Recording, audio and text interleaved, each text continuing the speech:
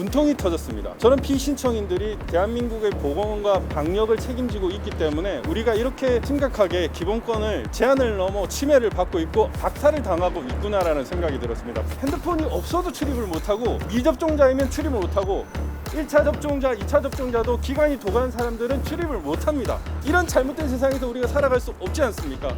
현재 상황에서 의료 붕괴가 일어나고 있지 않고 일어날 가능성도 없고, 그러니까 앞뒤가 안 맞는 얘기를 계속 반복적으로 얘기를 하더라고요. 이해가 안 됩니다. 저는 그런 분들에 너무나 집중하다 보니까 지금 오히려 뇌경색이라든가 심근경색, 바로 지금 어떤 수술이나 이런 다발성 외상이나 이런 분들이 오히려 치료를 못 받고 돌아가고 계시거든요. 그런 분들은 그냥 뭐 버리는 겁니까?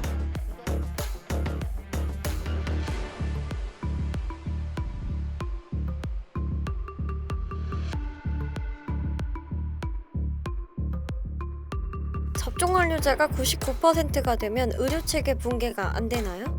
아닙니다. 접종 완료 99% 달성돼도 의료체계 붕괴된다는 겁니까? 예방접종만으로는 안 된다고 말씀드리는 겁니다. 그럼 예방접종 상관없이 의료체계는 붕괴한다는 겁니까? 아니 방역 패스는 의료체계 붕괴를 막는 거라면서요. 유행 증가할 때 방역 패스 적용을 넓히고 유행이 줄어들면 좁히는 식으로 유행을 조절합니다.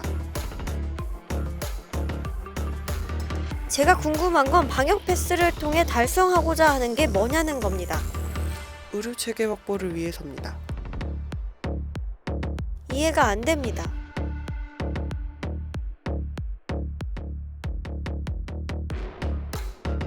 먼저 오늘 신문에서 어떤 근거로 집행정지 주장하셨는지 말씀 부탁드립니다. 네, 저희들은 그 기본권에 대한 과도한 침해로 사실상 백신 패스가 접종을 강제하기 때문에 그 생활 필수적인 시설에 대해서는 집행정지의 즉각적인 효력 발동이 필요하다고, 그 효력 정지가 필요하다고 그러한 신청을 했습니다.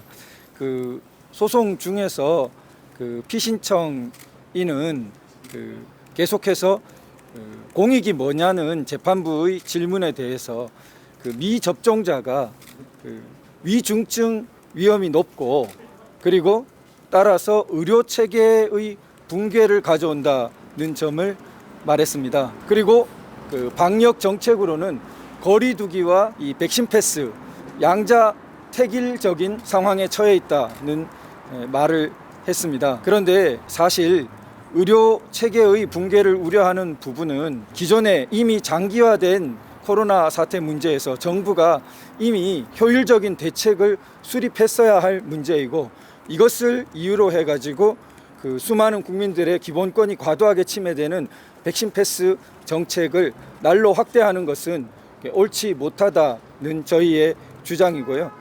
그리고 거리두기와 백신 패스를 양자택일처럼 제시하는 것은 경구치료제 도입과 같은 제3의 방향도 있음에도 이것을 일찍 서두르거나 다른 대안을 마련하지 않고 마치 미접종자와 접종자, 국민들을 마치 편을 가르는 듯 하기 때문에 이런 부분도 굉장히 부당하다고 생각됩니다. 지금 현재 우리나라 백신 접종률이 성인 기준으로 95%에 육박하거든요. 피신청인도 인정했습니다. 지금 95% 정도를 최대 수준이라고 본인들도 인정을 했고요.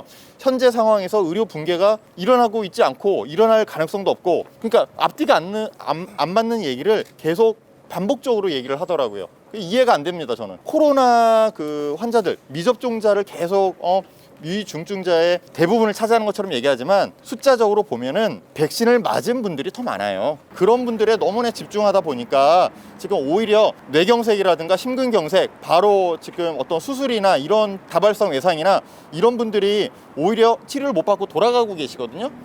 그런 분들은 그냥 뭐 버리는 겁니까? 그러니까 제가 의사로서 지금 그 피신청인들의 어떤 의료 붕괴라는 그런 측면은 본인들 스스로 모순에 빠진 자가당착적인 얘기라고밖에 생각을 할 수 없겠습니다. 장소적 제한에 있어서 기존에 냈던 신청서에서는 전체적인 장소 제한 전체를 철폐해 달라고 냈다면, 오늘은 그 중에서 일부 오락시설이나 유흥시설 같은 부분은 제외하고 보다 생활 필수적인 시설에 대해서 효력을 정지해 달라고 그렇게 변경한 것입니다. 저는 세 가지 정도를 강조했습니다. 첫 번째, 무증상 감염 그리고 돌파 감염, 이것은 모순이다. 무증상 감염이라는 건 감염이 아니다라는 것이 전문가들의 의견이고, 돌파 감염이라는 것은 항체가 생성되지 않았다라는 의미다라는 것이 전문가들의 의견입니다. 정부는 빨리 항체 생성률을 공개해야 될 것입니다. 그리고 두 번째, 지금 오미크론은 독성이 감기가 되었다라는 것을 질병청에서도 어느 정도 인정을 하고 있고, 그다음에 치료제가 지금 나오고 있습니다. 그러니까 이 상황에서 굳이 백신을 맞아야 되는가? 그것이 유일한 답인가라고 질문을 던졌을 때 피고 측에서도 그 부분에 대해서 어느 정도 기대를 하고 있다. 다만 한 달 정도 지켜봐야 된다라고 했습니다. 그리고 세 번째, 코로나에 걸려도 죽거나 위험해지지 않는 아이들에게 왜 이런 죄를 짓느냐라고 문제 제기를 했고, 당장 중지해야 된다고 주장을 했습니다. 네.